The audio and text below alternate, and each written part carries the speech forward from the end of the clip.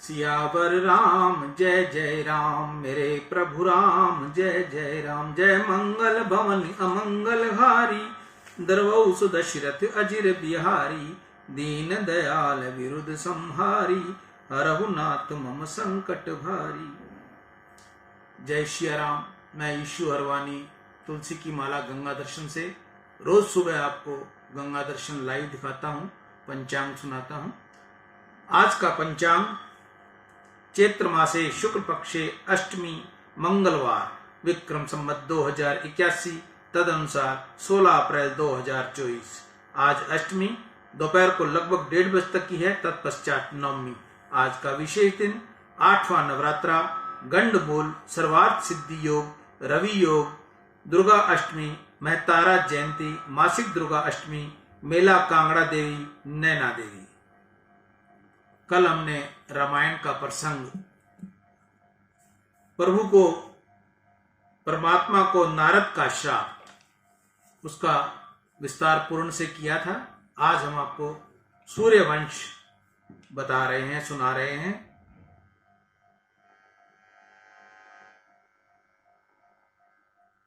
सियावर राम जय जय राम। सूर्यवंश, परमात्मा श्री राम का प्रकट्य सूर्यवंश में हुआ। प्रतापी सूर्यवंश के आदि प्रतर्क वेस्तव मनु है। आदि नारायण परमात्मा की नाभि से कमल की उत्पत्ति हुई। कमल से ब्रह्मा जी की उत्पत्ति हुई। ब्रह्मा जी के पुत्र हुए मारीच, मारीच के कश्यप, कश्यप के सूर्य और सूर्य के शरदादेव नाम के पुत्र हुए। और ये शरदादेव ही वेवस्तव मनु है। मनुष्य सूर्यवंश उनमें से ही प्रारंभ हुआ है। मनु के ज्येष्ठ पुत्र इक्ष्वाकु ने सरयू के किनारे अयोध्या नगरी बसाई। तब से इक्ष्वाकु वंश के राजाओं की राजगद्दी अयोध्या में ही स्थित रही। इक्ष्वाकु के पुत्र ककुत्स्थ्य भी महापराक्रमी राजा थे। एक समय देवता और दैत्यों के बीच में युद्ध हुआ। देवता हार गए। उन्होंने काकुत्स्थ्य को सहायता मांगी। काकुत्स्थ्य ने कहा, इंद्र मेरा वाहन बने तो मैं दैत्यों के साथ युद्ध करने जाऊं। गर्ज सामने आ गई, इसलिए इंद्र को सहमति देनी पड़ी। इंद्र ने बैल का रूप धारण करके राजा को अपने कंधे पर बैठाया। बैल के कंधे को संस्कृत में ककुंद कहते हैं। ककुंद के ऊपर बैठे उससे उसका नाम पड़ा काकुत्स्थ्य। काकुत्स्थ्य के दैत्यों को हराया। काकुत्स्थ्य के वंशज काकुत्स्थ्य कहलाए। काकुत्स्थ्य को इंद्रवाह से अनेना से विश्वरथी, विश्वरथी से चंद्र और चंद्र से युवानाश नाम से प्रतापी पुत्र हुए। युवानाव के शासवी और वरदश्व के कुवल याश्व के दृढ़ाशय के हर्षाशय के निकुंभ के बहणाशव के कृताशय के शैनजित के युवानाश और युवानाश के मानधाता नाम के पराक्रमी पुत्र हुए।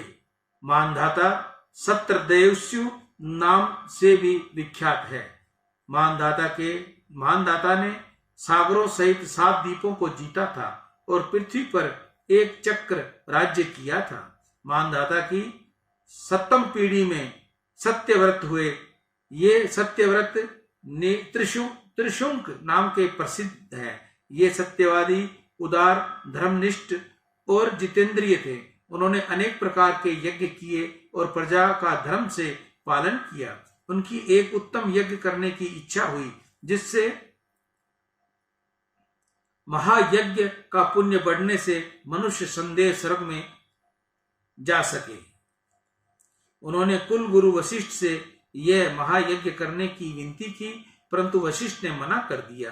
तब राजा वशिष्ठ ने 100 पुत्रों के पास गए और उनसे यज्ञ करवाने को कहा।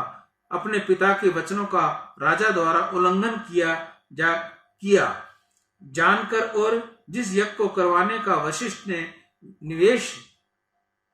निषेध कर दिया था, उसी यज्ञ को उनके पुत्रों से करवाने की दुर्बुद्धि राजा को प्राप्त हुई।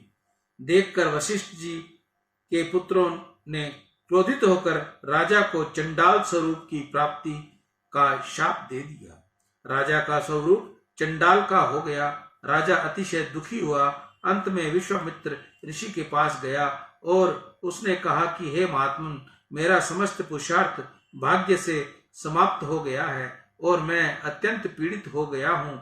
इससे मुझे ऐसा निश्चय होता है कि देव ही श्रेष्ठ हैं और पुरुषार्थ तो विफल है। देव प्राणी मात्र का पराभाव करता है। देव ही अति बलवान है। देव के आगे पुरुषार्थ की कुछ भी चलती नहीं। इसलिए मैं आपकी शरण आया हूँ। विश्वामित्र जी तो बड़े पुरुषार्थी थे। पुरुषार्थ से सब कुछ हो जाता है, ऐसा मानते थे। जन्म से क्षत्रिय होने पर भी उनके पुरुषार्थ से ही उन्होंने ब्रह्म ऋषि का पद प्राप्त किया था। विश्वामित्र ने राजा को संदेह स्वर्ग भेज देने का आश्वासन दिया। उन्होंने इसके लिए यज्ञ की तैयारी प्रारंभ की। समस्त ऋषियों को यज्ञ का निमंत्रण भेजा। सब आमंत्रण स्वीकार करके पधारे, परंतु वशिष्ठ के पुत्रों ने निमंत्रण स्वीकार नहीं किया और विश्वामित्र की निंदा की। इससे क्रोधित होकर विश्वामित्र ने वशिष्ठ के 100 पुत्रों को जलाकर भस्म कर दिया।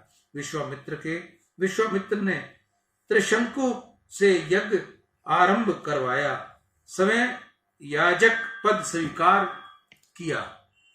मंत्र शास्त्र में कुशाल अन्य ऋषियों ने ऋषि तत्ज पद अंगीकार किया। महातपस्वी विश्वामित्र ने हविर भाग लेने के लिए देवताओं का आह्वान किया, परंतु जब देवता भाग लेने नहीं आए तो विश्वामित्र जी ने अत्यंत क्रोध हुए। उन्होंने अपने तपोबल से त्रिशंकु को आकाश की गति प्राप्त करा के उसे संदेह स्वर्ग में भेजा, परंतु इंद्र ने नाराज होकर उसे औंधे मुंह पृथ्वी के ऊपर वापस भेजने को स्वर्ग से धकेल दिया। तब से विश्वामित्र को अत्यंत क्रोध आया। उन्होंने अपने तपोबल के प्रभाव से एक नवीन स्वर्ग की रचना की और त्रिशंकु को वहां स्थापित किया। अंत में सब देवताओं ने उसमें सहमति दी। सूर्य वंश के बाद त्रिशंकु के अति प्रताप बल पुत्र राजा हरिश्चंद्र हुए। हरिश्चंद्र तथा उनकी पत्नी तारामणि का चरित्र अति प्रसिद्ध है। हरिश्चंद्र राजा ने सत्य का पालन के लिए सर्वस्व का बलिदान कर दिया। हरिश्चंद्र के पुत्र रोहित और रोहित की 8वीं पीढ़ी में सगर हुए और सगर महान चक्रवर्ती सम्राट थे। उन्होंने 2 रानियां थी। उनकी ज्येष्ठ रानी से असमंज नाम के पुत्र हुए और कनिष्ठ रानी के से 8000 पुत्र हुए। राजा सगर ने अश्वमेघ यज्ञ किया। यज्ञ का घोड़ा इंद्र चुरा ले गया। इंद्र घोड़े को पाताल में कपिल देव के आश्रम में छोड़ आया। सगर के पुत्र घोड़े को ढूंढते हुए कपिल देव के आश्रम में पहुंचे। कपिल देव ध्यान में बैठे थे। समीप ही घोड़ा था। इससे सगर पुत्रों ने कपिल देव ही चोर है ऐसा मान लिया और उन्होंने मारने को तैयार हो गए।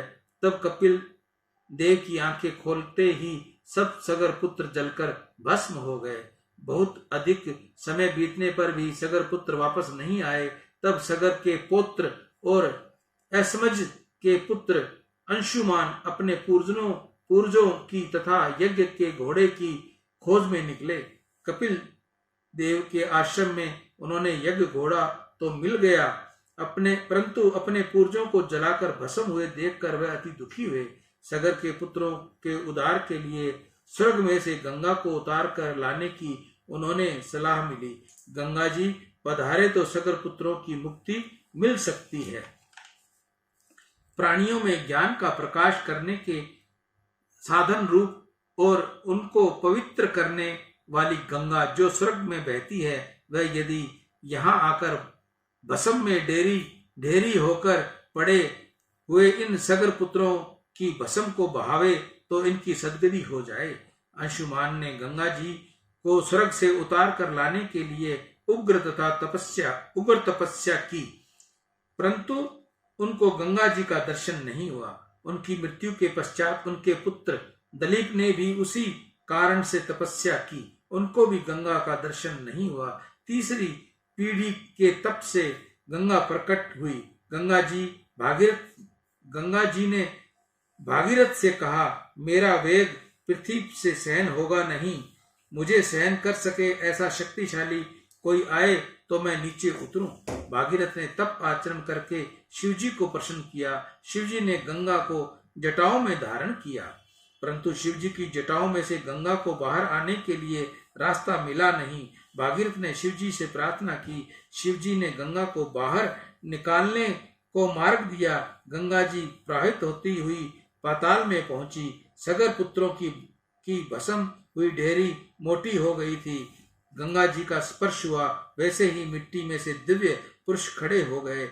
राजा सगर के पुत्रों को सदगति प्राप्त हुई। मरने से पहले जो गंगा में स्नान करता है उसे सदगति मिलती है। स्नान सत्कर्म करने के लिए है, सत्कर्म बिना सदगति मिलती नहीं। शिवजी गंगा जी को मस्तक में धारण करते हैं, इससे उनका नाम पड़ा गंगाधर। जो माथे पर ज्ञान गंगा रखता है वह जीव शिव स्वरूप होता है। शिवजी शमशान में विराजते हैं, शमशान में भूत प्रेत आते हैं, फिर भी शिवजी की शांति का भंग होता नहीं, वे आनंद स्वरूप है।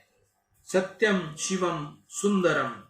ज्ञान गंगा को मस्तक में रखने वाले जीव आनंद रूप बनते हैं। महाप्रक्रमी भागीरथ की 14वीं पीढ़ी में खटवांग हुए। इस खटवांग राजा ने एक ही मुहूर्त में समय का कल्याण साध लिया। एक बार खटवांग राजा ने देवताओं की मदद की और दैत्यों को हराया। इससे प्रसन्न होकर देवताओं ने राजाओं को वरदान मांगने को कहा। राजा ने विचार किया कि जिन लोगों ने मेरी सहायता की जरूरत पड़ी वे लोग मुझे क्या वरदान देंगे, इसलिए उन्होंने देवताओं से कहा, मुझे कोई वरदान नहीं चाहिए, मुझे इतना बताओ कि मेरी आयु कितनी बाकी है। देवताओं ने कहा, तुम्हारी आयु का 1 पहर अभी बाकी है। 1 पहर अर्थात 48 मिनट। यह सुनकर राजा खटवांग ने सब को त्याग कर दिया और फिर चित्त को प्रभु में स्थिर कर लिया। परमात्मा का एक चित्त से ध्यान करते हुए उन्होंने शरीर का त्याग किया। उन्होंने इतने थोड़े समय में ही मुक्ति प्राप्त कर ली। राजा खटवांग ने एक शहर के अल्प समय में ही जीवन मरण दोनों को सुधार लिया। जो समय चला गया उसका स्मरण करना नहीं। भूतकाल का विचार करने से शोक होता है, भविष्य का विचार करने से भय होता है। भविष्य का विचार भी करना नहीं, वर्तमान ही विचार करो, वर्तमान को सुधारो। वर्तमान जीवन का जो शेष समय बाकी है उसमें नारायण का सतत स्मरण करो, जीवन सुधर जाएगा। खटवांग के पुत्र हुए दलीप अति धर्मनिष्ठ राजा थे। उन्होंने सिंह के लिए अपने शरीर का भक्षण देकर गाय का रक्षण किया। मूक प्राणी के लिए प्राणों का बलिदान करने वाले चक्रवर्ती महाराजा दलीप का चरित्र अति दिव्य है। दलीप के पीछे उनके पुत्र रघु अयोध्या की गद्दी पर आए। रघु राजा महान चक्रवर्ती सम्राट थे। उन्होंने सर्वदक्षिणा यज्ञ किया। सर्वदक्षिण यज्ञ में समय के शरीर पर पहने हुए कपड़ों के अलावा समस्त संपत्ति दान दक्षिणा में देनी होती है। राजा रघु ने अपने सर्वस्व का दान दे दिया। राजा रघु की कीर्ति बहुत फैली और सूर्यवंश के नाम से प्रसिद्ध हो गया। रघु के पुत्र अज हुए। अज के अति सौंदर्यवती इंद्रवती के साथ विवाह किया। उनके पुत्र दशरथ हुए। सूर्यवंश के ऐसे अनेक महाप्रतापी चक्रवर्ती सम्राट हो गए उनमें से प्रत्येक ने अपने बाहुबल से, मनोबल से, बुद्धि बल से, तपोबल से, धर्म बल से, व्रत बल से, निष्ठा बल से, अन्यथा दान शौर्य से अनेक प्रकार की सिद्धियां प्राप्त की। ऐसे पुष्पशाली गौरवंशी वंश के राजा दशरथ का जन्म हुआ। उनकी शौर्य संपत्ति अगाध थी, सेना विशाल थी और दूर दूर से प्रदेशों का उनकी कीर्ति फैली हुई थी। राजा धर्म और न्यायपूर्वक राज्य करते थे। सियावर राम जय जय राम, मेरे प्रभु राम जय जय राम। जय मंगल भवन अमंगल हारी, द्रवौ दशरथ अजिर बिहारी। दीन दयाल विरुद्ध संहारी, हरहु नाथ मम संकट भारी। सूर्यवंश की कथा हमने आपको सुनाई। कल हम आपको सुनाएंगे प्रभु प्रकट्य। मैं ईशु हरवानी तुलसी की माला गंगा दर्शन से रोज आपको गंगा दर्शन लाइव दिखाता हूं। जिस माता बहन को तुलसी की माला चाहिए वह ऑनलाइन हमसे मंगवा सकती हैं। 2-4 मालाएं हमारे पास स्टॉक में होती हैं, इससे ज्यादा माला हम नहीं रखते, ना ही हम बनाते हैं। सियावर राम जय जय राम, मेरे प्रभु राम जय जय राम। राम